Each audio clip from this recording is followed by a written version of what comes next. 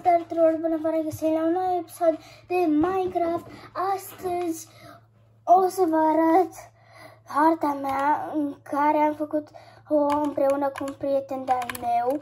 Aici avem, haideți să vă prezint așa un pic mai pe scurt, dar o să vă prezint asta mâine. Stai să vedem dacă nu am ucegăit asta. Așa, am dat rugina de mucegăit. Am dat rugina jos de pe el și aici avem o fermă mare de weed.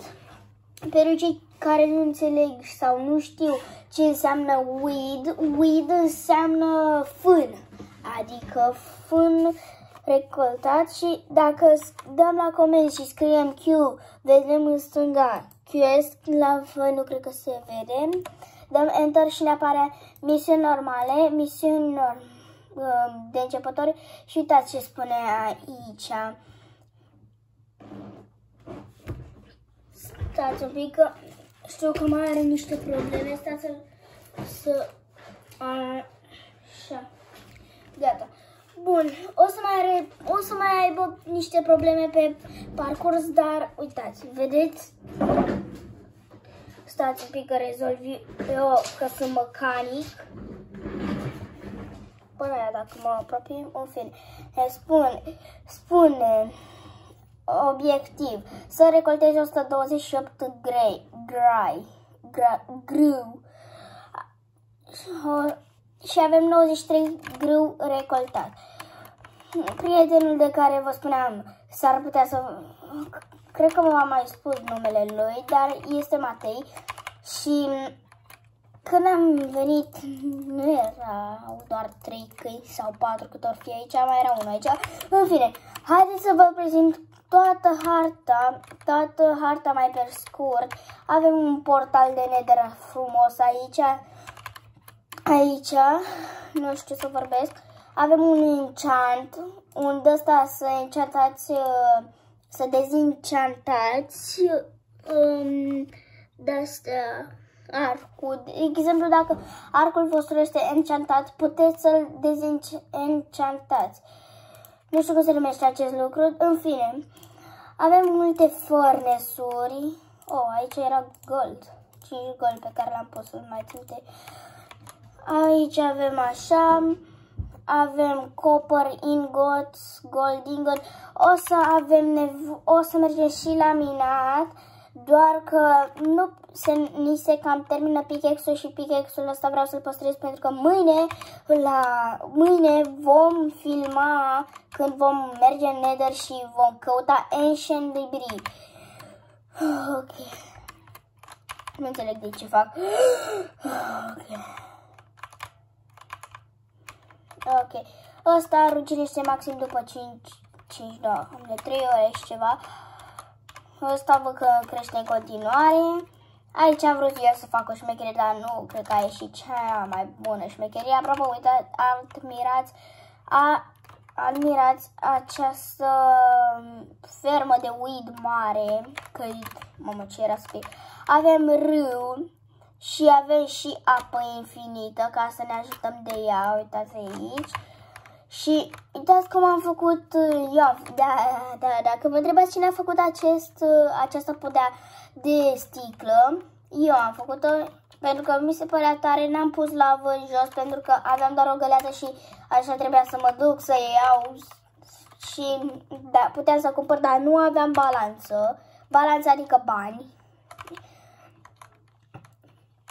Și da, dar stop! Înainte să continuăm acest videoclip, dați un mare like și un subscribe și puteți să vă instalați pe calculator, chiar dacă aveți un calculator mai slab sau mai bun, nu contează, puteți să vă instalați Minecraft-ul original, Minecraft Java Edition și puteți să vă instalați, puteți să scrieți, dacă... Bine, cei care au deja mece.ratoni.ro știu deja, puteți să vă jucați multe alte jocuri. Avem multe jocuri. la prima...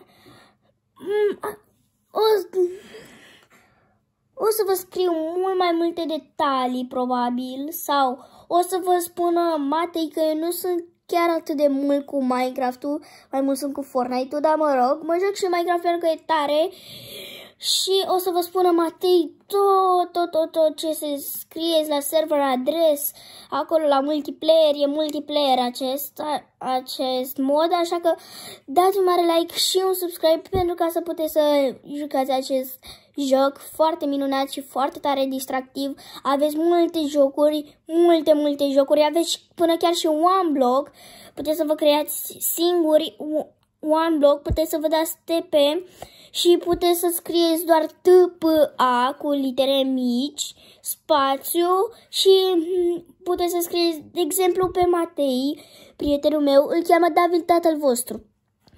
Pot să scriu doar D mare și să caut David tatăl vostru, că vă dă nume cu D și o să găsiți, dar trebuie neapărat să fie pe joc. Așa că haideți să nu vă mai lungesc atât de mult cu videoclipul acesta, așa și să mergem înapoi pe lumea noastră de Minecraft frumoasă. Bun. Așa, frumușel. Suntem pe lumea noastră de Minecraft. O să putem să mergem și la minat dacă vreți voi. Vreți sau nu vreți? Hai mă, bine că vreți. Văd că vreți mulți. Sau nu vreți? În fine. Dar dacă vă juc... Eu acum sunt pe Survival Year. Dacă vă jucați Survival Year și sunteți începători pentru prima dată, nu știți nimic pe acest... o să... Trebuie să dați. Fiți atenți. Trebuie să dați aici, pe acest semn întrebării și dacă muriți, trebuie să scrieți K-I-T, adică K-Kit cu K, spațiu și vă dă starter, luați starter și vă dă lucruri de început. Bine, nu vă dă armură de iron enchantată, pentru că asta mi-am făcut-o eu singur. Și cam așa arată și casa. Uitați cât de frumoasă e, frumoasă. Apropo, în acest videoclip o să vreau să mergem către vechea noastră casă, pentru că aici ne-am mutat, e cum ar veni a doua lume. Aici ne-am mutat noi recent, pentru că pe cealaltă lume, la cealaltă casă, haideți să mergem acum, că poate după aia nu o să mai avem timp. La cealaltă casă, aveam, la cealaltă, stați puțin să dau eu puțin mai sus așa camera, ca să pot să stau și eu mai normal. La cealaltă lume, la cealaltă casă, bă, da, se crește apa singură sau ce, în fine. Mergem acum spre casa noastră veche, unde acolo am început și acolo mi-am făcut o casă singur și au venit mai mulți player la noi, că am vrut să facem ca un fel de SMP, dar n-am filmat până una alta, pentru că nu era gata. Și da, au venit niște playeri, eu mi-am făcut o casă puțin mai departe și eu nu puteam să pun o altă protecție acolo, pentru că, mamă, nu mai am mâncare, stai să mănânc. Eu nu puteam să pun acolo o protecție, că zicea că sunt deja în protecția cealaltă și când m-am întors de la minat de undeva să iau oi, am găsit casa în flăcări, acoperișul ei, că, uitați, am ajuns aici, acestea erau niște pușcării, aici am spart-o ceilalți, uitați că vedeți pușcări. Băi, puteam să iau, băi, am uitat că eu pot să iau paturile de aici, ok, o să avem nevoie de aceste paturi. O să avem nevoie urgent. Și fiți atenți să vă arăt casa mea. Uitați, aia era casa mea, e distrusă acum. Și aici erau ploturi și un plot chiar a fost ocupat de Elias 1, 2, 3. Dacă se uită plotul lui Elias 1, 2, 3. Ți-am ținut minte numele și dacă te uiți la acest videoclip, salut! Și da, aceasta era vechea noastră casă, cum ar veni acolo era o altă casă, sus aici era o fermă, dar am distrus-o și am mutat-o altundeva. Și acum nu mai e. Asta era casa lui Matei, prietenul meu. Spun prietenul meu pentru că poate ați uitat de el, uitați uneori de el, nu? Și da. Deci ca să știți că eu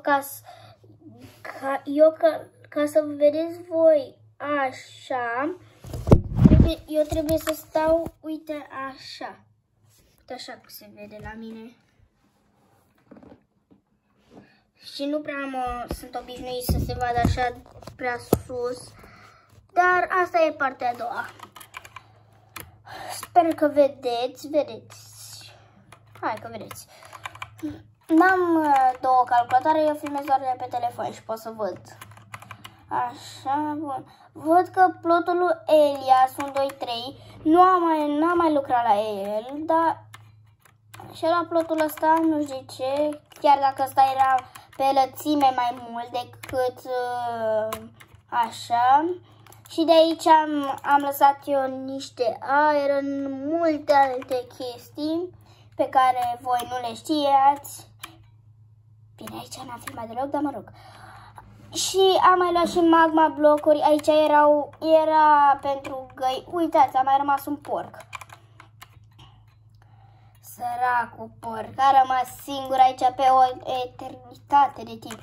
Și uitați, aici intrăm în casă și deja aici putem să vedem că sunt niște chesturi, dar ca majoritatea goale și o să le iau. Oh, God. Ce-am luat? Am luat asta și asta, în fine. O să le spargem, uite, așa și o să luăm așa. Chesturile, pentru că deja nu mai avem spațiu. Uitați, așa. Aici erau lucruri importante, dar uitați ce era. Sign, aveam nevoie de sign, dar mă rog. Hai, fac. Uitați ce fântână frumoasă a făcut Matei. Și știu că fântâna asta ducea spre ceva secret, cred că aici era. Da, aici cred că era. Aici, stați puțin. Nu era aici. În fine, erau pe undeva pe aici, pe aproape. Nu! Bă, lapisul. Ok, o să lăsăm aici pickaxe-ul ăsta, îmi pare rău că las aici, dar în fine. Bă, ce vrei? Bă, tu nu cumva ești Mr. Piggy de aici? Nu, Mr. Piggy n-are nicio treabă. În fine. De ce sunt niște vaci aici la mine la casă? Vă place casa mea? Arată ca o cocioabă de porci, de vaci. În fine, fiți atenți. Aici urcai la etajul al doilea și aici era balconul. Puteai să stai aici jos. Stați că vă și demonstrez dacă e nevoie. Ia fiți atenți, uitați. Stai jos acum. Ia uitați, ce frumos. Ce frumos stau. Așa. Ok. Mai stai jos. Ok, zic să ne întoarcem la casa noastră, pentru că acolo trăim de acum încolo. Aici nici măcar fermă nu aveam. A distrus cei care au fost înainte. Bă, deci pe unul tot băgam în pușcărie, ieșea din pușcărie, nu știu cum. Cuțu. Ok, nu pot să-i dau mâncărică pâine, dar știu ce o să-i dau. Na, Cuțu. Pentru că ești drăguț. Și, bă, da, Matei, ce face, mă? Că iar eu trebuie să am grijă de câinii lui. Trebuie să am grijă eu de câinii lui, numai eu trebuie să am grijă de câinii lui. Să le dau și de mâncare și apă. Bine, în Minecraft nu ți se dă, mă rog. De aici putem să mai luăm semințe. Dar nu cred că avem nevoie. Pentru că... Așa. Pentru că deja aveam multe. De fapt, cam avem nevoie de semințe. Ok, o să mai luăm niște semințe de pe aici. Și mergem spre casa noastră. Pentru că acolo avem și Asta pot să jur că nu era aici. În fine, haideți să mergem la casa noastră. Am ajuns. N-ar trebui să fim deja la casă. Bă, dar este puțin, că am uitat că există comanda PS. Ne ducem protecțiile tale, sortat după și protecțiile așa, nu știu cum. Și am ajuns acasă. Wow, ce tare. Bă, deja nu prea mai pot să filmez foarte mult. Bă, în ăsta mai avem nevoie. Așa. Ia uitați ce podea mișto am făcut. Dar, stați puțin că știu că avem noi carpet pe aici. Sau cred că l-am aruncat. Niște carpet roșu. Mamă, ce aici? Avem 21 de diamante, 23 de emeralde. Bă, am mai multe emeralde decât diamante, mă mir. Ok, avem destul de mult de asta rău copper. Avem steak-uri. Uitați, așa, asta e armura pe care vă dă la început. O aveți încercate, doar că are doar protection 1 și unbreaking 1. Și e greu să obținuți și vă mai dă pickaxe, vă mai dă topor, lopată, hău, sabie. Bă, da, de unde ai intrat, bă, e plighi. Stați puțin că aud un piglin. Bă, ia uitați-l! Ia uitați-l pe ăsta, bă! Ia ce curaj avea ăsta să vină din Nether aici, la mine în casă, să murdărească casa. Așa. Ia să vedem dacă au mai ruginit astea. Bă, ușa, mă mir că n-a mai ruginit. Mamă, cum vedeați acum? A căzut telefonul și vedeați foarte destul de bine. Nu cred că o să mai filmez excelent de mult, pentru că nu mai avem de făcut. Stai bă, că noi trebuie să mergem la minat. Haideți repede acum la minat. Bă, o să merg din nou aici, o să desastup asta, pentru că aici am astupat eu, pentru că era vechea mină și deja nu mai găseam, nu prea mai găseam iron, doamne, diamante. Am luat cam toate diamantele prin zona asta, dar aici e singura zonă prin care am găsit o mină sau un ravine. Și haideți să mergem. Stați puțin că acum nu mai trebuie să vedeți chiar atât. Uitați că vedeți bine. Dar nu vedeți chiar excelent. Vă dau puțin mai în spate. Excelent, ați vedea cam bine, cam prea bine. Dar ne descurcăm cu ce avem. N-am birou chiar atât de lung să pun suportul. Nu l-am foarte bine. Nu l-am foarte lung birou, îl am așa, cam câțiva centimetri. Bun. Ce mă? Ce s-a auzit, mă? E de la Minecraft sau s-a auzit în viața reală? Am auzit un ceva de genul. În fine, haideți. Oh my god. Haideți să căutăm pe aici multe chestii, că avem nevoie și de redstone. Avem nevoie și de redstone. Cel mai mult avem nevoie de diamante. Parcă am mai fost prin zona asta, dar mă rog. Suntem în mină acum, probabil nu prea vă place. Deci, vreau să scrieți foarte clar și frumos în comentarii. Mi-am luat de meci ca ultimul terminat ce sunt. Vreau să scriu un comentarii frumos. Vă place când mergeți prin apă? Sau vă place când dați de lavă și intrați din greșeală în ea? Sau nu vă atingeți de ea și intrați în ea, de fapt? Minecraft-ul supune că intrați în ea. Deci să scrieți în comentarii, că eu nu mai pot. Mamă. Ce-i aici, bă, frate? Hai să mai luăm și niște cup.